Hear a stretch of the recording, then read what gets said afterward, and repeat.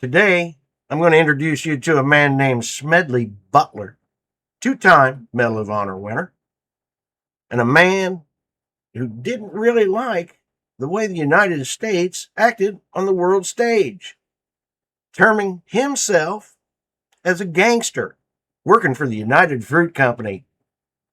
Let's get into it.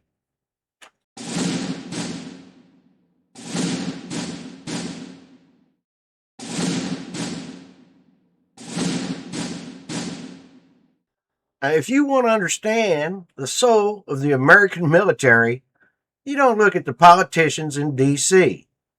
You look at Smedley Darlington Butler. He was a two-time Medal of Honor recipient who turned against the very system he helped build.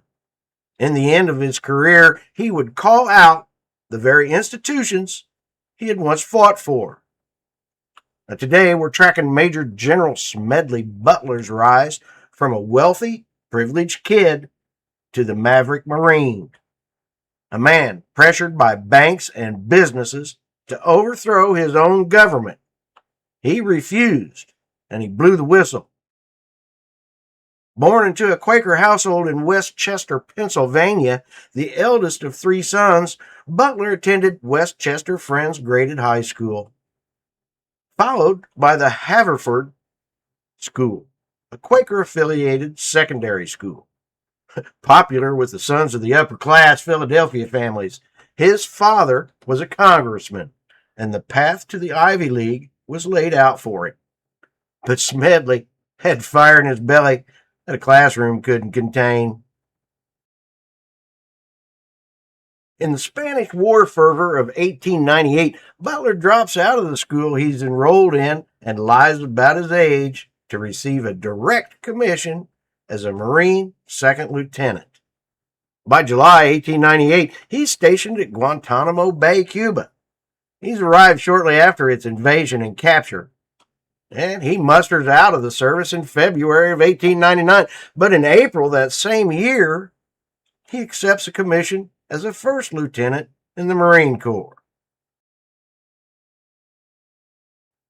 He's assigned to the Philippines. In October, Butler is a first lieutenant, and he experiences his first combat action in a town called Noveleta. He and 300 other Marines took the town from troops of the new Philippine Republic. A Marine had been killed, 10 were wounded, and another 50 had been incapacitated by the humid tropical heat. Now, comment down below and think about it. These Marines are fighting in the jungle, dressed in wool trousers and tunics, flannel shirts, and a felt campaign hat. Let me know how you might feel about that. Think these guys were hot? The fellow officer, Littleton Waller, is offered command of a company in Guam. He picks Butler as one of the 5 officers for this posting. They prepare for the new posting, and it being the military, orders change. They're no longer heading to Guam. This boat is now headed to China, and he's deployed to Tianjin. Now, if you haven't seen our episode on the Boxer Rebellion or the episode on John Mapes Adams, please go back into the archives and look at those. The fury of the battles in China are what legends are made of. Marines were fighting with little respite and fighting until their uniforms are tattered. Butler participates in the Battle of Tianjin on 13 July 1900 and the subsequent Gasly expedition where he's wounded. But he distinguishes himself in these actions. And since he's an officer, and we discussed this in our video on the History and the Purge episode, he is ineligible to receive the Medal of Honor and instead is promoted to captain by brevet. Butler is stationed in all the hot spots of the last century, including Central America during the Banana Wars, the Panama Canal, and by 1903, he's stationed in Puerto Rico. and he's ordered to sail to Honduras, 1,500 miles to the west, to defend the U.S. consulate there. Using a converted banana boat renamed the Panther, Butler and several hundred Marines landed at the port town of Puerto Cortes. In a letter home, he describes the action. They were prepared to land and shoot everybody and everything that was breaking the peace, but instead found a quiet town. Marines reboarded the Panther and continued up the coastline, looking for rebels in several towns, but found none. It's during this expedition, because of a busted blood vessel in his eye, he gets the nickname Old Gimlet Eye. I don't know. A gimlet, it's like an awl, a drill for small holes. They said it enhanced his stare. He must have had a hell of a stare. Eventually, they arrived in Trujillo and heard gunfire. Came upon a battle in progress that had been raging for 55 hours. Now, at the sight of the Marines, the battle stops. Butler takes a detachment of Marines to the American consulate, where they rescued the consul and left. The Honduran government and the Bonista rebels then resumed the battle. Now, Trujillo was a major theater of operations during the so-called Banana Wars, a series of U.S. military interventions in Central America designed to protect the economic interest of the American fruit companies. This was a major issue for Butler, terming his time there as acting as a gangster. By 1908, Butler is on duty in the Philippines. From 1909 to 1912, he's in Nicaragua. His battalion relieved the rebel-besieged city of Granada. In December 1909, he commanded the 3rd Battalion, 1st Marine Regiment on the Isthmus of Panama. On 11 August 1912, he was temporarily detached to command an expeditionary battalion that he led in the Battle of Masaya on 19 September 1912, and the bombardment, assault, and capture of Coyotepe Hill, Nicaragua, in October of 1912. Now, Smedley Butler looks like he's in the middle of every historic military event in the late 19th and early 20th centuries. He's in the Philippines. He's in the Boxer Rebellion, the Banana Wars, the Honduran Revolt, the Panama Canal. It's almost like he's driving history. And then, in January 1914, he and his family are living in Panama when he's ordered to report as the Marine officer of a battleship squadron massing off the coast of Mexico near Veracruz. 1 March 1914, Butler and Navy Lieutenant Frank J. Fletcher went ashore at Veracruz. It's a spy mission. Fletcher and Butler are building a detailed invasion plan with the help of the American superintendent of the Inter-Ocean Railway. Ooh, business money. Some things never change, do they? Invade Panama for the United Fruit Company. Invade Mexico for the Inter-Ocean Railroad. Take away your farm for a data center. We're going to hear later in this story how much Butler hated the U.S. interference in South America and the Pacific Islands. As he said in a letter home to his parents, the whole business is rotten to the core. Anyway, back to the story. President Woodrow Wilson discovers that an arms shipment is about to arrive in Mexico, and why this is any of our business, I'll never know. He orders a contingent of Marines and sailors to Veracruz to intercept it on April 21, 1914. Over the next few days, street fighting and sniper fire posed a threat to Butler's force, but a door-to-door search rooted out most of the resistance. By 26 April, the landing force of 5,800 Marines and sailors secured the city, which they held for the next 6 months.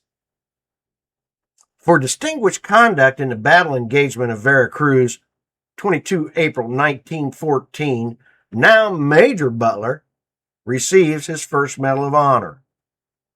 And after the occupation of Veracruz, an unusually high number of U.S. military personnel received the Medal of Honor. The Army presented 1, 9 went to the Marines, and 46 were bestowed upon the naval personnel.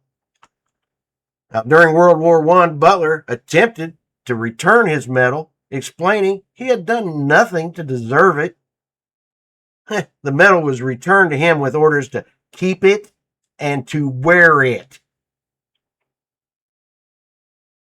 In July 1915, Haitian President Vilbrin Guillaume Sam is killed by a mob. U.S. President Woodrow Wilson orders the USS Connecticut to Haiti, with Major Butler and a group of Marines on board. Butler has numerous skirmishes and battles throughout the following months, leading up to the final battle for the old French stronghold Fort Riviere. And on 17 November 1915, Butler and the Marines took the rebel stronghold, an action for which he received his second Medal of Honor, as well as the Haitian Medal of Honor. The entire battle lasted about 20 minutes. One Marine was injured, hit by a rock, lost 2 teeth, and for that, 50 Haitians in the fort were killed. Butler didn't have a battle command during World War I. While Butler's superiors considered him brave and brilliant, they described him as unreliable. He was promoted to the rank of Brigadier General and placed in command of Camp Pontaison at Brest, France, a debarkation depot that funneled troops of the American Expeditionary Force to the battlefields. It was the largest embarkation camp in the world. The camp had been unsanitary, overcrowded, and disorganized. He began by solving the problem of the mud. He had raided the wharf at Brest of the duckboards no longer needed for the trenches, carted the first one himself up that 4-mile hill to the camp, and thus provided something in the way of protection for the men to sleep on. For his actions in turning the camp around, he received the Army Distinguished Service Medal, the Navy Distinguished Service Medal, as well as the French Order of the Black Star, and another nickname, Old Duckboard. I mean, this guy can't get away from nicknames. General John J. Pershing authorized a duckboard shoulder patch for the units known as the Camp Pontaison patch. Following the war, he's commanding general of the Marine Barracks at Marine Corps Base Quantico, Virginia. At Quantico, he transformed the wartime training camp into a permanent Marine post. In 1921, during a training exercise near the Wilderness Battlefield in Virginia, he was told by a local farmer that Stonewall Jackson's arm was buried nearby. Butler calls bullshit, takes a squad of Marines up to dig up the site. Long story short, Butler found the arm in a box. He later replaced the wooden box with a metal one, reburied the arm. In 1924, newly elected mayor of Philadelphia, W. Freeland Kendrick, made a request of President Coolidge. Lend the city a military general to help him rid Philadelphia's municipal government of crime and corruption. Butler takes a leave from the Marine Corps to kick some butt in Philadelphia as Director of Public Safety. After almost 2 years in office, Butler resigns under pressure, stating later that cleaning up Philadelphia was worse than any battle he had ever been in. From 1927 to 1929, Butler was commander of the Marine Expeditionary Force in Tianjin, China. In 1931, Butler violated diplomatic norms by publicly recounting gossip about Benito Mussolini. I don't know what was said, but I'm sure it was probably right. He's going to be court-martialed. He apologizes to Secretary of War Adams, and the court-martial was canceled with only a reprimand. Butler requested retirement and left active duty on October 1, 1931. After his retirement and later years, Butler became widely known for his outspoken lectures against war profiteering, U.S. military adventurism, and what he viewed as nascent fascism in the United States. His views on the subject are summarized in the following passage from the November 1935 issue of the magazine Common Sense. This is his quote. I spent 33 years and 4 months in active military service, and during that period, I spent most of my time as a high-class muscle man for big business, for Wall Street and the bankers. In short, I was a racketeer, a gangster for capitalism. I helped make Mexico, and especially Tampico, safe for American oil interests in 1914. I helped make Haiti and Cuba a decent place for the National City Bank boys to collect revenues in. I helped in the raping of half a dozen Central American republics for the benefit of Wall Street. I helped purify Nicaragua for the International Banking House of Brown Brothers in 1902 to 1912. I brought light to the Dominican Republic for the American sugar interests in 1916. I helped make Honduras right for the American fruit companies in 1903. In China, in 1927, I helped see to it that Standard Oil went on its way unmolested. Looking back on it, I might have given Al Capone a few hints. The best he could do was to operate his racket in 3 districts. I operated on 3 continents. Let that sink in. Go back and play that quote again. Look that quote up on the internet. It's the same today as it was then. In a letter to his parents regarding the Nicaraguan and Panamanian excursions, he wrote, and this is his quote, "What makes me mad is that the whole revolution is inspired and financed by Americans who have a wildcat investments down there and want to make them good by putting in a government which will declare a monopoly in their favor. The whole business is rotten to the core."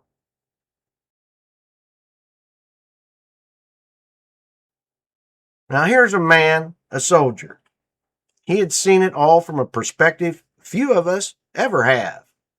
He had been asked to participate in a fascist coup to take over the government of the United States by businessmen and bankers. He declined, and a special committee of the House of Representatives began an investigation into what would be called the Wall Street Putsch. Nothing ever came from the investigation, and it all sounds familiar to me. Are we living through this shit again?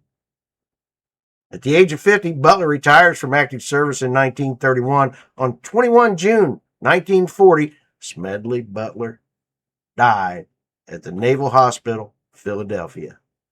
He's buried at Oakland Cemetery in Pennsylvania.